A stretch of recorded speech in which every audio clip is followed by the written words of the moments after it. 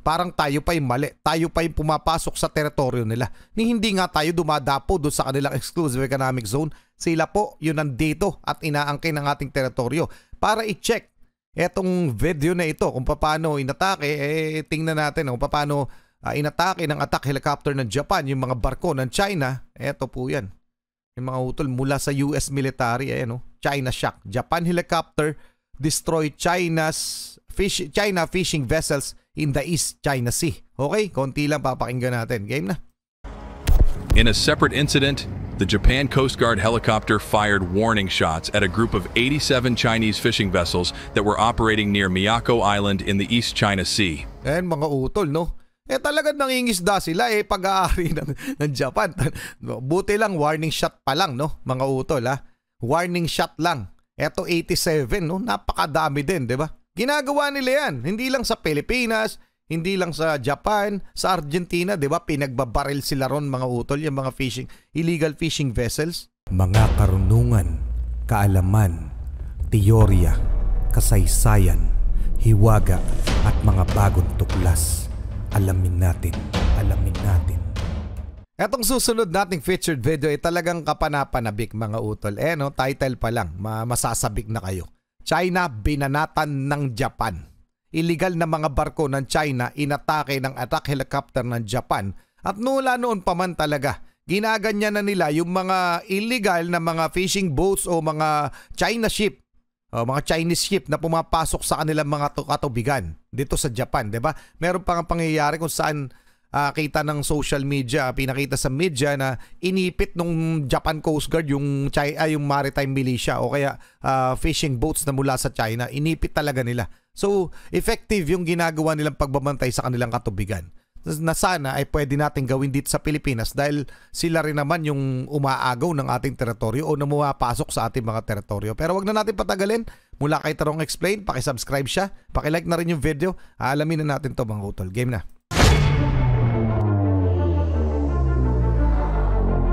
Breaking news, Japan hindi na nakapagtimpi sa China. Attack helicopter ng mga Hapon, inatake na ang mga barko ng China na iligal na nangingisda sa Senkaku Islands. Ang buong detalye sa balitang yan tutukan. At good news, China, isang barko na lang ang natitira sa teritoryo ng Pilipinas. Great Wall of Ships ng China na buwag na ng Pilipinas. Ang buong detalye sa balitang yan, abangan. Yan ang mga nagbabagang balitang hatid ko para sa inyo ngayong araw. Kaya kung handa ka na kaibigan, abay humanap ng pwesto at makinig ng mabuti upang walang mamiss na impormasyon. Tarong Explain.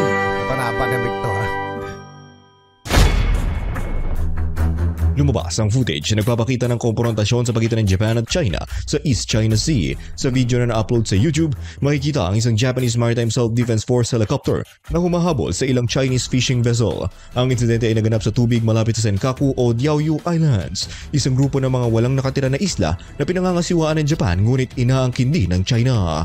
And mga utol, no? Para linawin lamang ha, yung Senkaku Island mga utol pag-aari o matagal ng hawak ng bansang Japan, napilit rin inaagaw nitong China. Kaya rin isa sa mga dahilan kung bakit parang nag-retaliate o naghanda para sa gera itong Japan, umiikot na yung mga Chinese Navy dyan sa katubigan ng Japan o malapit sa mga isla ng Japan. Anyway mga utol, no, nakita nyo, di ba, may video din, no? Yung ginagawa ng Japan para maprotektahan ng kanilang mga teritoryo sa katubigan, pag may pumasok na illegal na fishing boats, talagang tinataboy nila. Hindi lang basta tinataboy, binabangga nila na siyang, di ba? Dapat ginagawa natin yun sa Pilipinas no? Kasi karapatan natin yun mga utol kasi sila yung pumapasok ng walang pahintulot o permiso sa ating mga teritoryo. So karapatan po yun ng isang bansang nagmamay-ari sa mga tubigan na yun. Okay, palagay ko di ba? So dapat ginagawa natin kasi kayang gawin ng Japan sa kanila. Hindi makapalag ngayon ng China, di ba?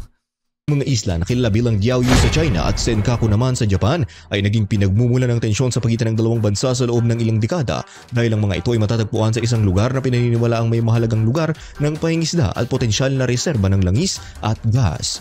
Ang video na mahigit 2 minuto ang haba ay nagpapakita ng Japanese helicopter na lumilipad ng mababa sa ibabaw ng mga Chinese boat. Lumilitaw na pinapastulan nito ang mga sasakyang pandagat mula sa mga pinagtatalo ng tubig patungo sa mainland ng China. Sa isang punto ang helicopter ay lumilipad sa itaas lamang ng isang mga barko. Malamang na nag-uutos ito na magpalit ng takbo sa pamamagitan ng loudspeaker. Ang mga bangkang pangisda ay makikitang umiikot at pabalik sa direksyon ng China sa ilalim ng pagbabantay ng helicopter ng Japan. Galing, no? Ayon sa mga opisyal ng Japan, 8 barko ng Chino ang nakitang iligal na nangingisda sa teritoryong karagatan ng Japan malapit sa Senkaku Islands sa petsang pinag-uusapan. Ang Japanese helicopter ay pinadala upang magsagawa ng surveillance at bigyan ng babala ang mga sasakyang pandagat na umalis sa lugar. Ang ganitong uri ng enkwentro ay hindi nakaraniwan dahil ang parehong mga bansa ay regular na nagpapadala ng mga patrol ship at sasakyang panghimpapawid upang subaybayan ang mga aktibidad sa paligid ng mga isla. Ang video ay nagbibigay ng isang pambihirang sulyap sa patuloy na tensyon sa pagitan ng Japan at China sa soberanya ng Senkaku Islands. Habang ang mga salungatan ay nanatiling hindi marahas hanggang sa kasalukuyan, ang hindi pagkakaunawaan ay patuloy na isang flashpoint sa seguridad ng silangang Asya. Ang mga patrol at komprontasyon sa dagat ay binibigyang diin ng kakulangan ng resolusyon sa mga nakikipagkompetensyang pag-aangkin sa teritoryo. Maliban kung makakahanap ng isang diplomatikong solusyon, ang mga katulad na standoff sa pagitan ng dalawang kapangyarihan ng Asya ay malamang na magpapatuloy sa hinaharap. Yung mga utol, no? So, may dispute talaga ang China at ang Japan. At one good thing, kakampi natin yung Japan. Pero gaya ng sabi ko kanina, dapat ginagawa natin yan sa ating mga teritoryo. Sila yung itataboy natin, kagaya ng ginagawa ng Japan. Bakit hindi makapalag itong China sa ginagawa ng Japan? Kasi alam nila na delikado sila. Alam nila na sila yung pumapasok sa teritoryo na may teritoryo. Alam nila na mali sila. Ngayon dito sa Pilipinas, ginagawa nila, binabaliktad pa nila tayo. No? Parang tayo pa yung mali. Tayo pa yung pumapasok sa teritoryo nila. Ni hindi nga tayo dumadapo doon sa kanilang exclusive economic zone. Sila po yun nandito at inaangkin ng ating teritoryo. Para i-check etong video na ito kung paano inatake, tingnan natin kung paano inatake ng attack helicopter ng Japan yung mga barko ng China. Eto po yan. Yung mga utol mula sa US military, China shock. Japan helicopter destroy China fishing vessels in the East China Sea. Okay, konti lang papakinggan natin. Game na. In a separate incident, the Japan Coast Guard helicopter fired warning shots at a group of 87 Chinese fishing vessels that were operating near Miyako Island in the East China Sea. Ayan mga utol, no? Talagang nangingisda sila pag-aari ng Japan. Buti lang, warning shot pa lang, no? Mga utol, ha? Warning shot lang. Eto 87, no? Napakadami din, di ba? Ginagawa nila yan. Hindi lang sa Pilipinas, hindi lang sa Japan, sa Argentina, di ba? Pinagbabaril sila ron, mga utol, yung mga illegal fishing vessels. Kasi dapat napapakinabangan ng mga Hapon, yung kanilang mga katubigan, yung mga yamang dagat dyan, kinukuha nitong mga to. Sa madalit sabi, nagnanakaw sila. Ganon din yung ginagawa nila dito sa atin. Okay? So anong masasabi nyo dyan? Pa-comment na lang mga utol. Tuloy na natin to. Pinakita ko lang sa inyo na legit itong ating featured video. Okay? At mainit na balita ito, hindi maganda ito kaibigan. Mga yayamang negosyante sa Pilipinas tila bumabaliktad na sa bansa at kumakampi na sa China. Naku po. Ilan sa mga pinakamayayamang business leaders ng Pilipinas ay tila kinakampihan ng China ang nangyayaring hidwaan sa teritoryo sa South China Sea. Ipinahayag ni Teresita C. Cauzon, ang Vice Chairperson ng SM Investments Corporation at isa sa pinakamayamang tao sa bansa na kailangan gawin ng Pilipinas ang mas kakaunting confrontational approach sa China. Grabe sa mga naman. komento noong nakaraang linggo, sinabi ni C. Cauzon na ang China ay napakalapit sa heograpiya at ang Pilipinas ay hindi maaaring maging masyadong antagonistic. Ipinahihiwatig niya na ang matigas na retorika mula sa administrasyon ni Pangulong Ferdinand Marcos Jr. ay nakakasira sa kumpiyansa sa negosyo. Grabe. Maraming mga pangunahing conglomerates ng Pilipinas tulad ng SM Investments ang gumagawa ng mga kabuluhang pakikipagkalakalan sa China. Kaya maaaring... Pero teka lang, no? Teka lang. Oh, tama yon. Kasi nga, yung economic side, okay, yung business side, marami talaga tayong transactions, investments at transactions at mga kung ano-ano pang businesses with na naka-tie up sa China. Okay? Given yon mga utol. Pero para masabing tayo pa yung lumalabas na antagonist, tayo pa yung mali dito, mga utol, parang mali naman. Okay? Ang tinitingnan lamang nila sa business ng mga business, siyempre business side, diba?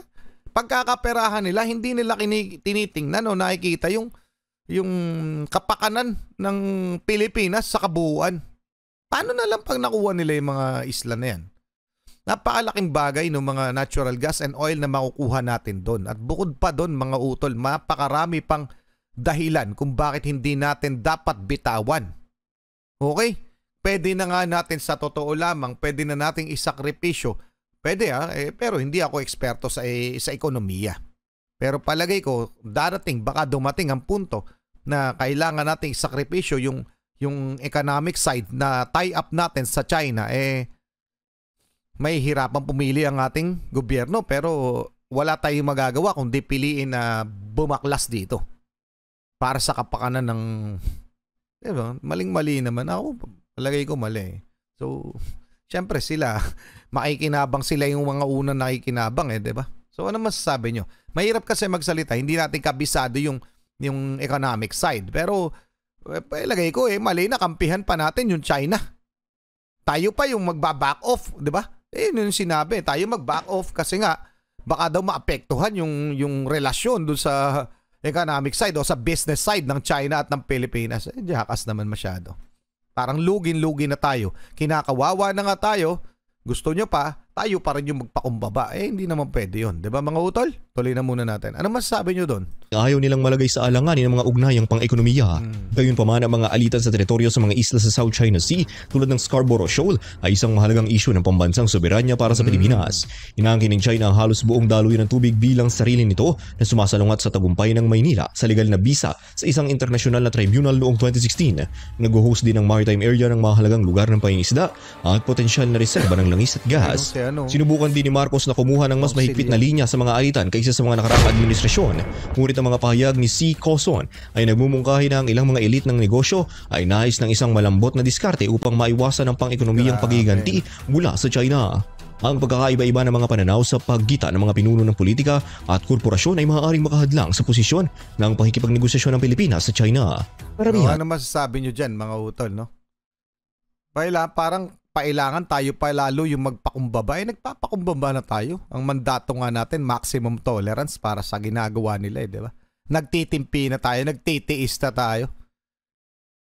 Grabe, di ba? Yung lagay natin, napakahirap niyan para sa ating Pangulo kasi kailangan niyang timbangin yung economic side, yung business side natin with China, doon sa relasyon natin sa kanila sa West Philippine Sea at sa relasyon natin pagdating sa ekonomiya. Napakahirap po niyan timbangin bilang Pangulo. Buti na lang hindi ako yung Pangulo. Okay? So pero palagay ko gaya ng sinabi, stand firm ang ating Pangulo na hindi naman tayo papayag na ibigay yung teritoryo natin sa kanila. So naniniwala ako doon. Kaya lang itong mga, diba, yung mga businessman na to at tinitingnan lamang nila yung ganang kanila. Hindi yung kabuang ikagaganda ng Pilipinas. So anong palagay nyo mga utol? Napakahirap magkomento pa ng iba pero yun ang aking palagay. Kung dadating ang panahon na kailangan bitawan yung tie-up sa China, mas mabuti na yon na yung lahat na lang ng mga kung ano mang meron na investment projects, maghanap na lang tayo ng ibang bansa na kaparehas natin na hindi kagaya ng China. Pwede naman siguro yon, mahihirapan nga. Pero palagay ko doable. Okay? At posible. Okay mga utol, so ano masasabi nyo dyan? Siyempre uulitin ko, maaring mali ang aking komento dahil hindi ako eksperto pagdating sa economic side, lalo na pagpapatakbo ng bansa. Okay? Pero bilang Pinoy, nauunawaan ko yung ginagawa ng China ng pamgigipit sa atin at pag-aagaw ng teritoryo. Yun lang yung stand ko dito. So, pwede akong mali pagdating doon sa desisyon sa economic side. Okay? So, paki-comment ang inyong opinion, expertise. Maraming salamat. Tarong Explain. Maraming salamat sa inyo. Muli ako sa Target Achilles in behalf of The Real South Production. Ako nagpapasalamat sa walang sawa niyong pagsuporta. Kayo mag-iingat. Keep safe. God bless. At saludo po ako sa inyo lahat. Maraming salamat po.